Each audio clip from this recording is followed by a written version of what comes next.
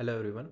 Uh, the next question in the Python Hackerrank practice question series is basically known as arithmetic operators. So it is also a very simple question. To solve this, what you need to do is first let's just read the problem statement. The problem statement says that the provided code stub reads two integer, right? A and B. Add code to print three lines wherein the first line contains the sum of two numbers, the second line contains the difference of two numbers, and the third line contains the product of two number. Right, to start with it, what we'll do is we'll just write print.